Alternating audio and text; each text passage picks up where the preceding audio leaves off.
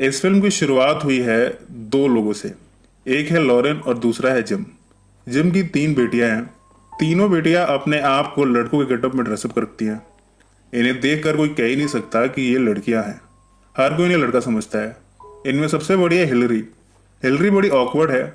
वो लड़कों की तरह बास्केटबॉल खेलना पसंद करती है। अपने बालों को भी बिल्कुल उसी तरह रखती है। पर अगर कोई उसे लड़का कह दे तो उसे बुरा लगता है।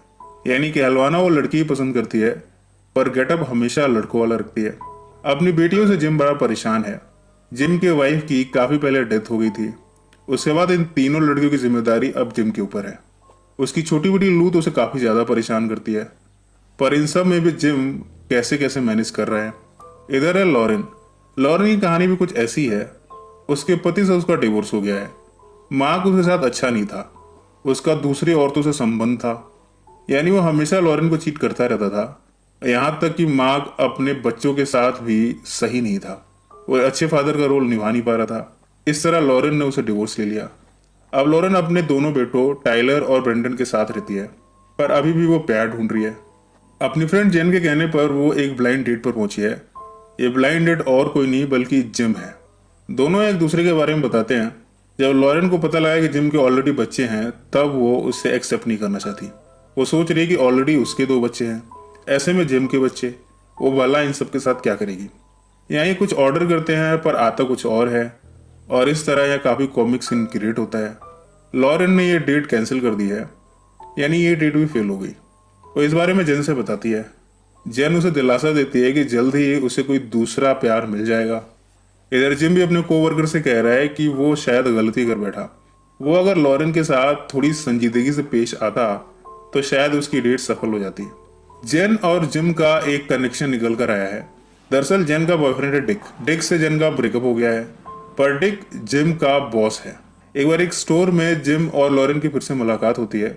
यहाँ काउंटर पर गलती से दोनों के कार्ड स्वैप हो जाते हैं। घर आकर जिम इस कार्ड को फिगर आउट करता है कि ये तो लॉरेन का है। वो लॉरेन को देने उसके घर जाता है। यहाँ में पता चलता है कि जेन के बॉयफ्रेंड डिक ने ब्रेकअप से पहले अफ्रीका के लिए एक वेकेशन बुक किया था, पर अब जब दोनों साथ में नहीं हैं, तब जेन ने अपने हिस्से का वेकेशन मनाने के लिए लॉरेन और उसके बच्चों को भेज दिया है।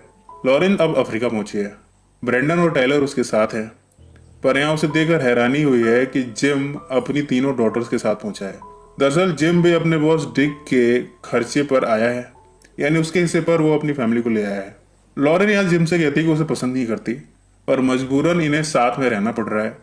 एक ही होटल स्वीट बुक हुआ था, यहाँ भी दोनों साथ में रहते हैं। इस तरह धीरे धीरे सब में बॉन्डिंग बढ़ रही है।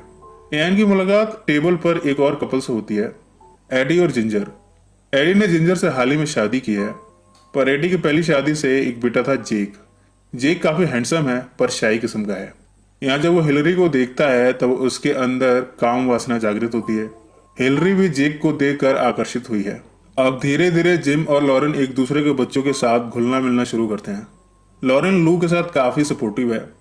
जब लू को नींद नहीं आती तो लॉरेन उसे एक लोरी गाकर सुनाती है। एक बार जब उसे सुला रही है तब उसे पोयम सुनाती है। वो पोयम बिल्कुल वही है जो कि जिम की वाइफ गाया करती थी। इस तरह तीनों डॉटर्स अब लॉरेन को पसंद करने लगी हैं। एक बार लॉरेन ओपन में हिलरी से मिलती है। वो हिलरी से कहती है कि तुम लड़कों की तरह क्यों रहती हो, तुम्हारा चेहरा खूबसूरत है, तुम अच्छी खासी खूबसूरत लड़की बन सकती हो। इस तरह लॉरेन हिलरी को पार्लर में ले जाती है। इधर हम जिम को देखते हैं जो कि टाइलर के साथ काफी घुल मिल रहा है। टाइलर इस समय डेल स्टेन की बॉलों पर बैटिंग की प्रैक्टिस कर रहा है। बार बार वो गेंद को मिस कर दे रहा है। जिम यहाँ आकर टाइलर को मोटिवेट करता है। वो कहता है कि डेल स्टेन कुछ नहीं है, उसकी बॉलों पर अच्छे से क्रिकेटर्स ने छक्का मारा हुआ है। इसके बाद टाइलर को जोश आता है। अगली बॉल पर उसने भी डेल स्टेन की बॉल को बाउंड्री से बाहर भेज दिया है। इस तरह जिम अब लॉरेन के बच्चों का भी दोस्त बन गया है। शाम को हिलरी जब सज धज कर आई है तो वो काफी खूबसूरत दिख रही है। वो इतनी हॉट लग रही है कि कोई उसे पहचान नहीं पा रहा। जेक उसे देखकर फिदा हो गया है। इसके बाद जेक और हिलरी साथ में मिलते हैं। दोनों एक दूसरे से अपने प्रेम का इजहार करते हैं। अब दोनों गर्लफ्रेंड बॉयफ्रेंड बन गए हैं। यहाँ दोनों में संभोग भी होता है। हिलरी इसे काफी इंजॉय करती है। लॉरेन और जिम भी रोमांटिक डिनर पर जाते हैं।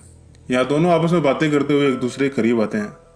दोनों यहाँ चुंबन क्रिया करने जा रहे होते हैं कि तभी जिम आखिरी मोमेंट पर रुक जाता है। जिम कहता है कि वो ये सब नहीं कर सकता। इस तरह इनकी ये ट्रिप खत्म हो गई है। वापस अमेरिका आकर लॉरेन जेन से कहती है कि जिम बड़ा बेवकूफ़ है। वो उसे किस करते करते रुक गया। जेन कहती है कि जिम वाकई में इडियट है, भला वो लॉरेन जैसी खूबसूरत लड़की को रिजेक्ट कैसे कर सकता है। इधर जिम को रियलाइज हो रहा है कि वो लॉरेन से प्यार करता है। इसे एक्सप्रेस करने वो उसके घर जाता है, पर यहाँ लॉरेन का हस्बैंड मार्क है। मार्क जिम से कहता है कि वो और लॉरेन अब एक साथ हैं। इस तरह जिम का दिल टूट गया है। वो यहाँ फूल देकर वापस अपने घर चला आया है। लॉरेन जब घर आई है तो मार्क उसे कहता है कि वो वापस उसकी जिंदगी में आना चाहता है। लॉरेन उसे रिजेक्ट कर देती है। वो कहते हैं कि तुम्हारा दूसरी औरत से संबंध था जब हम साथ में थे, और इसके साथ ही तुम ब्रेंडन और टाइलर के लिए अच्छे फादर नहीं हो। इस तरह उसने मार्क को रिजेक्ट कर दिया है। अगले दिन टाइलर का बेसबॉल मैच है। लॉरेन ब्रेंडन के साथ पहुंची है। जेन और डिक भी साथ में आए हैं। इन दोनों ने अब आपस में सुलह कर ली है। इन सब के बावजूद टाइलर बॉल को हिट नहीं कर पा रहा। तभी हम देखते हैं कि जिम अपनी डॉटर्स के साथ पहुंचा है। जिम यहाँ टाइलर को मोटिवेट करता है और इस तरह टाइलर ने ये मैच जीत लिया है। ये सब देखकर लॉरेन बड़ी खुश है। जिम लॉरेन से मिलकर अपने प्रेम का इजहार करता है। वो कहते हैं कि उसके घर आया था, पर उसे लगा कि मार्क और वो अब साथ में है। लॉरेन कहते हैं कि वो मार्क को पसंद नहीं करती, वो तो जिम को पसंद करती है।